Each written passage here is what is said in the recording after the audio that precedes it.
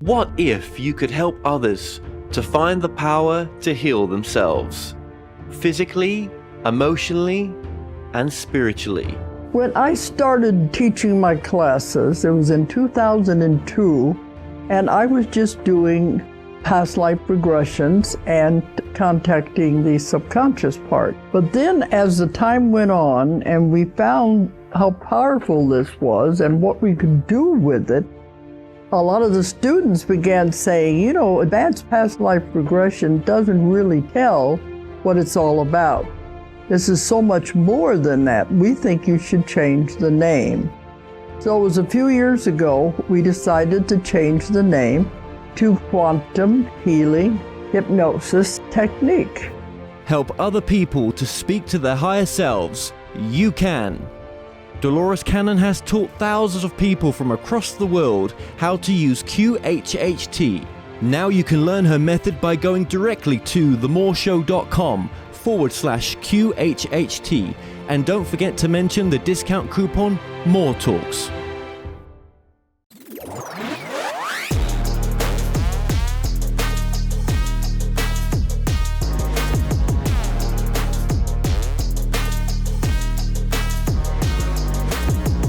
Derek Acorah is the #1 television psychic in the UK.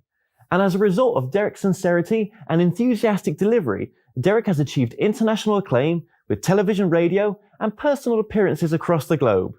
Derek invited me to his home to discuss his amazing career and views on spirituality. Welcome to the show. I'm currently joined here with Derek Acorah. Well, Derek, welcome to the show. Thank you, Kevin. Now, we're going to talk about your career in spirituality, which is one of my favorite subjects. Is it? Yeah. So, for yourself, what does spirituality mean? To me, spirituality means that you put other people before yourself. You think of others before yourself. You should follow a way of thinking where you can go out of your way, come out of your comfort zone, and do a little bit of help here, a little bit of help there, a little bit of help there. And all those little bits of help come to a whole. That, to me, is what spirituality is. Give first, then receive. Give big, receive little.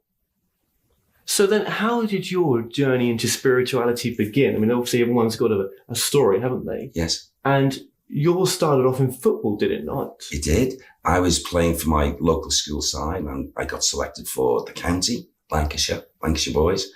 Become an English boys trialist, but didn't get in that side. Whilst I was playing at that age, there was a lot of club scouts watching, you know, when we were playing. And Liverpool Football Club had one of the scouts at one of these games. I was playing for Bootle Boys against Manchester Boys. I'll never forget that. And this man approached me after the game and he said, "Is your father here watching?" I said, "No, he's back at home. He can't be here." Right, he said, "I'd like to speak to your father." So I said, okay. So he said, "Do you want to come in my car?" And I was prevented from going in the car by the sports teacher. He said, "No, I will drive him. You follow us in the car." And we went into the house and Dad was shocked and surprised. I mean, really shocked and surprised, because you probably won't know what I'm going to say.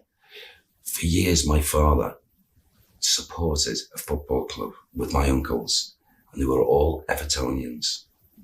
For a Liverpool scout to come into Dad's house, asking for me to sign for Liverpool, and all my uncles would have given the right arm for Derek, the footballer, to become an Everton player. And after getting used to the idea, he said, "Well, you know, it's a great football club. What do you think, son?" I said, "Oh, Dad, you know." So that support's always been there then, hasn't it, with your family? Oh, yeah. Because without that, like you said, I mean, they were an opposing side supporter, and along comes this other club. Yeah. But they supported you. They supported me. Which took you on this journey, didn't it? Absolutely. They knew how much I love football. In those early years, you know, when little girls go to bed with their dollies and their teddy bears, Derek wouldn't go to bed unless he had his football. Now, you achieved quite a lot in the football, didn't you? Well, I suppose I did. Maybe I thought I didn't. But looking back, I mean, I got as far as Liverpool reserves and played there quite regular. Well, looking back, that was still quite a good achievement. So what happened, though, to sort of stop this football career? Well, what actually happened a number of years later, I found myself going out and signing for a football side in South Australia. It was called Virtus FC. They were in the first division. And I thought, I'd like to start taking my coaching badge. And this was an ideal opportunity. So we flew out to Australia, and it was very successful the first couple of seasons. We won the Ample Cup, we won the Dimmer Cup, we were second in the league 2 years running. So we were doing okay. But I started to get quite a problem with this left knee. And I played in one game and I was carried off, and they whipped me to hospital. So the specialist, and they opened it up to have a little look, and they repaired what was damaged. So I had to go to the end of the season, not playing, through the close season.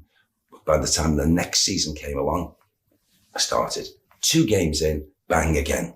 So this was the end of the football career? That was the end of my football. Broke my heart. Do you believe everything happens for a reason then? Absolutely, looking back, everything does happen for a reason.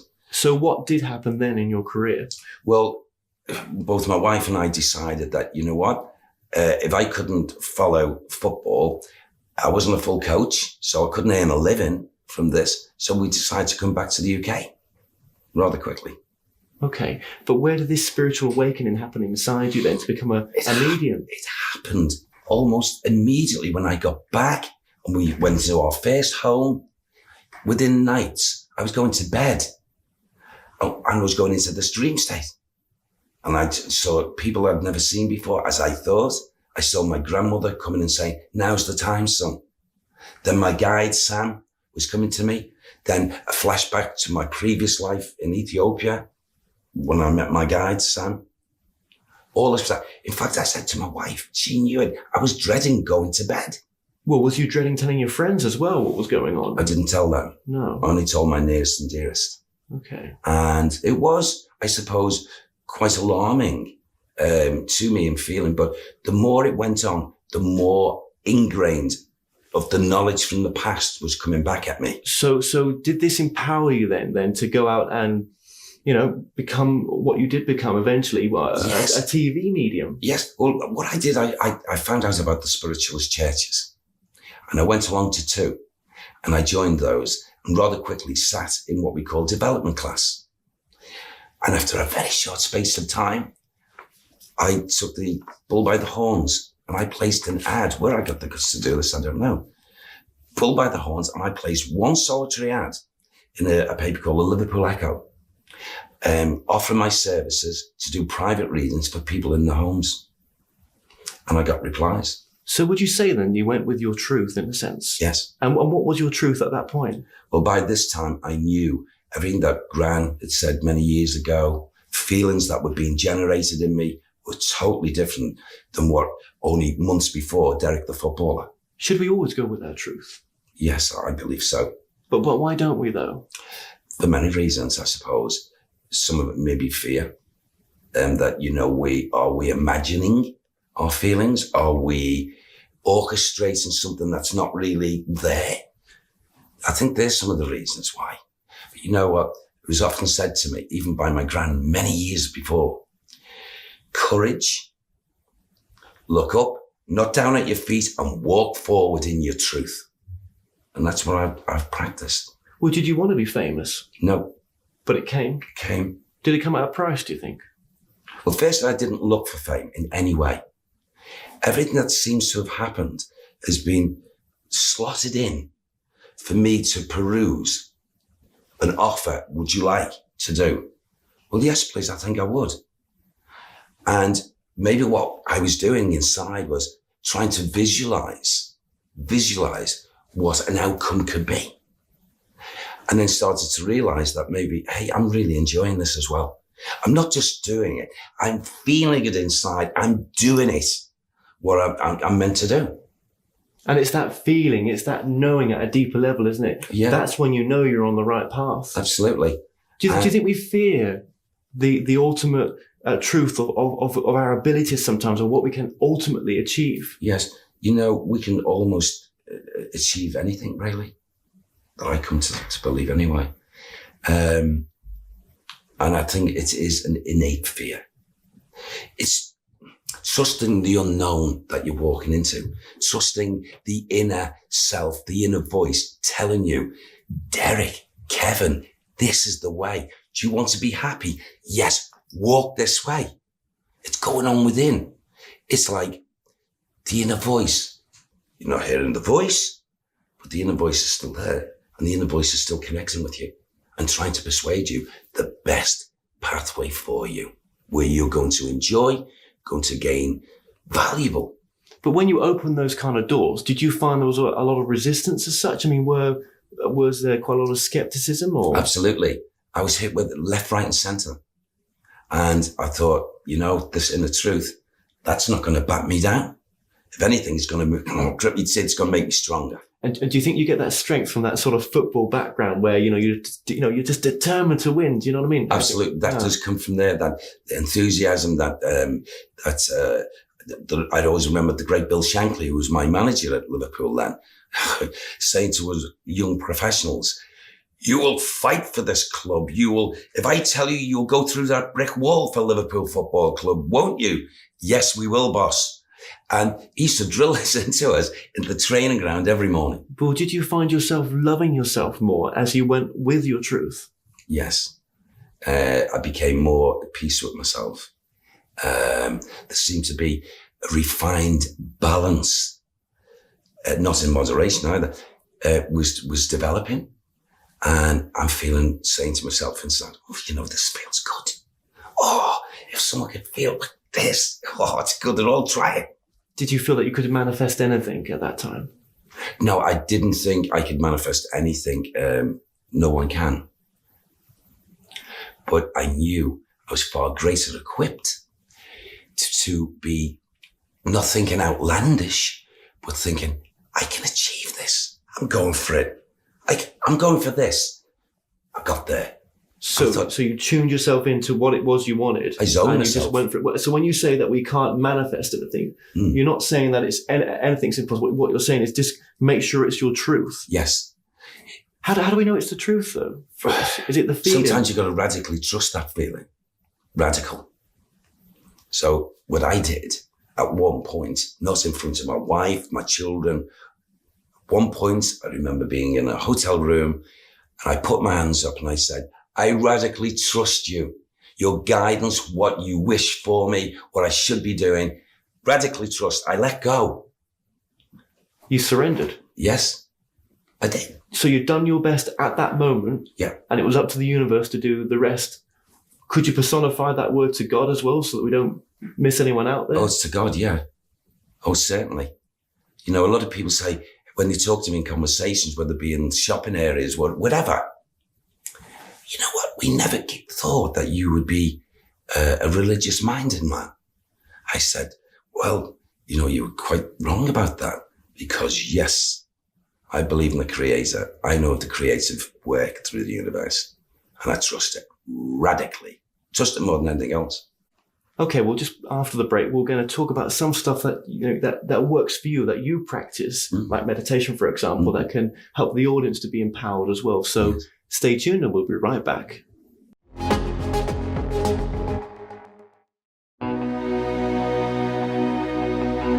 You're on a journey right now, a destination where you are headed full of adventure. And all around you are clues pointing you in the direction of your higher purpose and dreams. The signs and synchronicities can be seen. Whilst on a trip,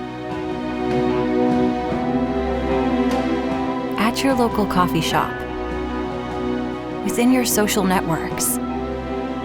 The road to your success and happiness is scattered throughout the pictures of our days.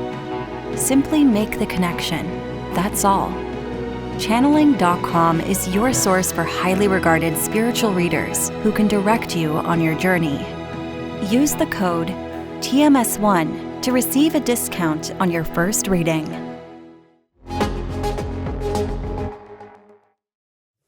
Welcome back to the show. I'm still joined here with Derek Acorah.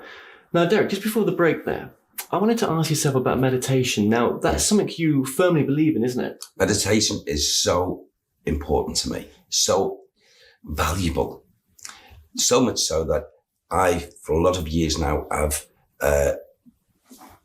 pre-thought the timings for my meditation, and it's always in the evening time. At 11 p.m. every evening I'm at home, I go to my meditation room and spend just under an hour there. If I'm on the road, doing theatres, shows, it goes on in the hotel bedroom, 11. I make sure sometimes I'm not getting out of the theatres till 11:15, and I race in the car. Well, not too fast. Go in my car, get back to the hotel. I've got to be in there for 11 o'clock. I mean, do you think it's a discipline? That's what I was saying. Yeah, it's a discipline as much as it is for, do people give themselves enough time back? I mean, what would an hour do to someone sometimes, just to give them that quiet period? Well, firstly, if they've had a very, very hectic day, very hectic week, or they're in a very, very busy job, and they're using their energies, they're burning those energies, sometimes not recouping them back, for them to go into this wonderful quietude, maybe for the first time ever, and witness the silence. The silence, it's not silent. The silence contains so much that, let's say, our conscious mind doesn't comprehend. The brain, in our thinking, our general way of life, we're too busy. We've got nothing to do. We can't slow down. We can't quieten ourselves down. We can't go within. Meditation opens that beautiful doorway.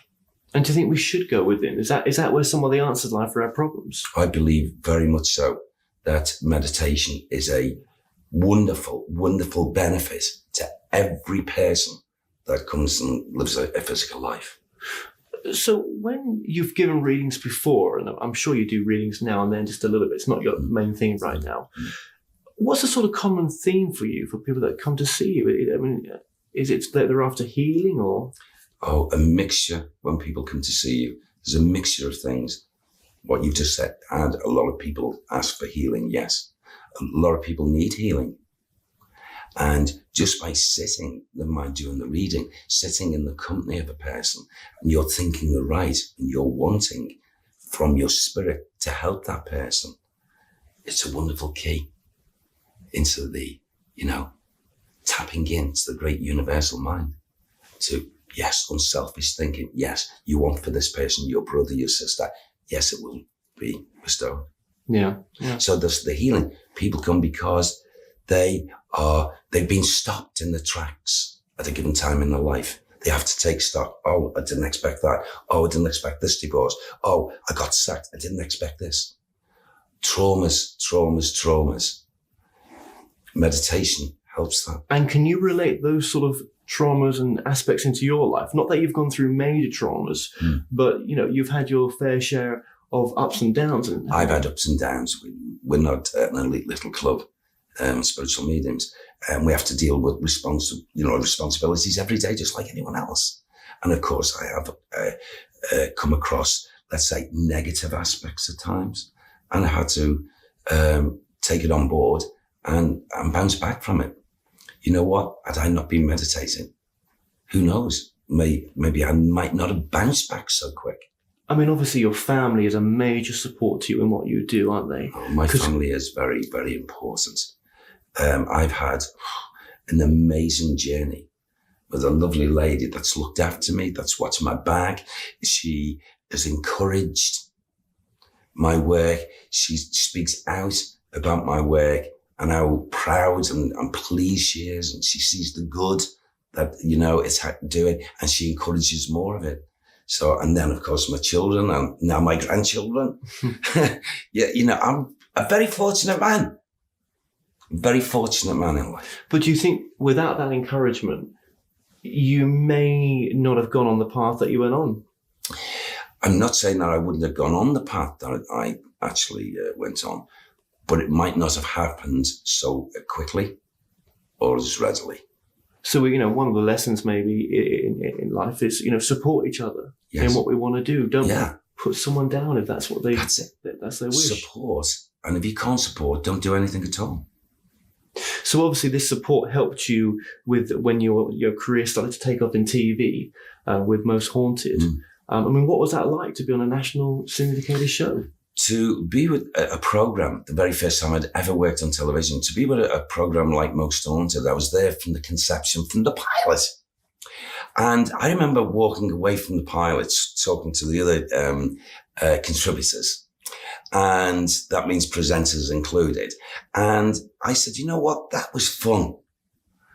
And the presenter, she said, it wasn't only fun, I felt it was energizing. And I thought, well, that as well. Do you think, the next question, do you think we'll be able to sell this program to a broadcaster? I turned to the right and I said, well, I'm getting told by Sam here that it's going to be hit and miss. What do you mean hit and miss? You're going to go round to so many, it's going to be rejected. But there is one person out there that when you take it into, whether it be a controller, commissioner, one is going to have the vision and is going to say, I like this, and commission it. And then you're off. You'll have a cool program eventually. Oh, Carl, yeah, naming names. Someone said those words, Carl, that's fantastic, isn't it? Well, yeah, fantastic. And it happened that way. They went virtually to every commissioner at every, network until they went to one, the last one. It was the last one they were going to. And that person was there. Do you think our thinking affects the outcome of what we're trying to achieve? And we have to think the right way, don't we? Yes, it does. If we think right, your directiveness, okay, is speedier. If you think right. Doesn't mean to say that if you're slightly out a bit and you're not thinking totally right, that you're not going to get to that goal. It just takes a little bit longer. You mentioned your spirituality before. How does that fit in with religion, though? I mean, are they one of the or two of the same thing, or? Well, I was brought up in under Catholicism as a Catholic, and I didn't reject Catholicism as such. I just didn't cotton on to everything that was associated with Catholicism. There's one thing I don't mind admitting, even on broadcast television, that I disliked and I objected to it, was this: every other lesson seemed to be catechism. It was English catechism, maths catechism. And I used to think, what a waste of time.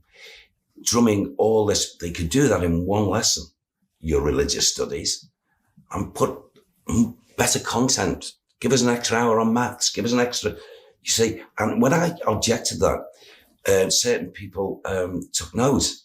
I was attached to a school that was run by nuns, teachers naturally, and the head of the church was next door. And the local priest, Father Kelly, who later became Canon Kelly many years later, he brought that quote up to me.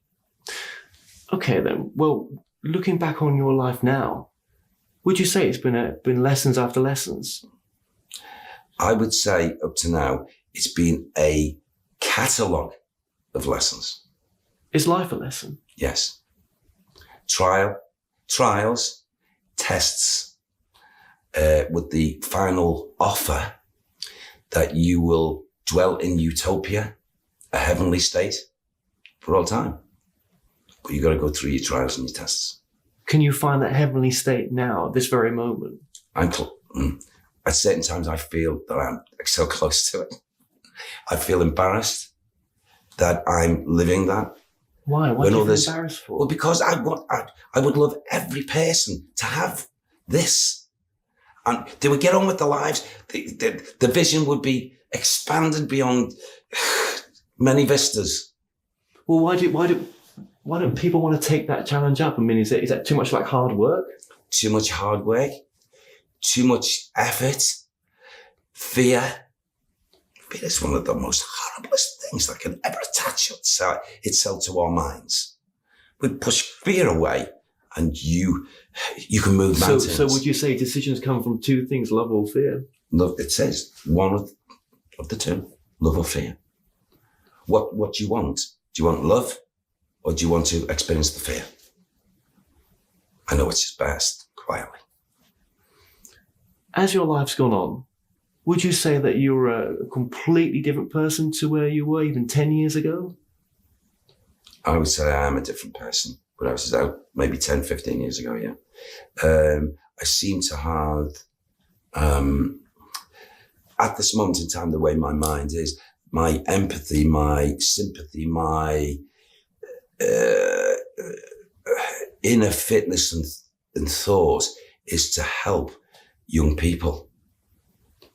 And I've started doing it. I've started doing it at charities, kiddies' hospices. I take great pride in this, to help these people who I know are only going to be in their life's incarnation for a short space of time. And I like to go to these places and talk with the children, spend time around them. Do you find that difficult? Yeah. Yeah.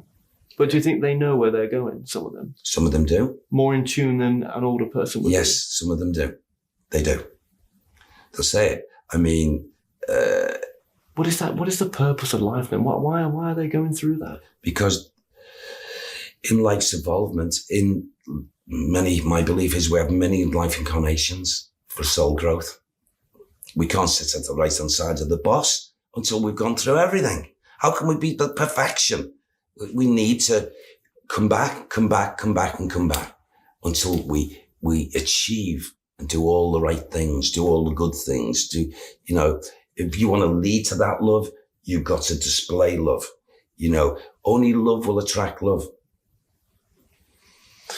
Right. Well, one more question for yourself. Obviously, I know you're bringing a new book out soon as well, yes, which is animal communication, which is a completely different, direction what you were doing. Yes. Tell us a bit about that book very briefly. Okay.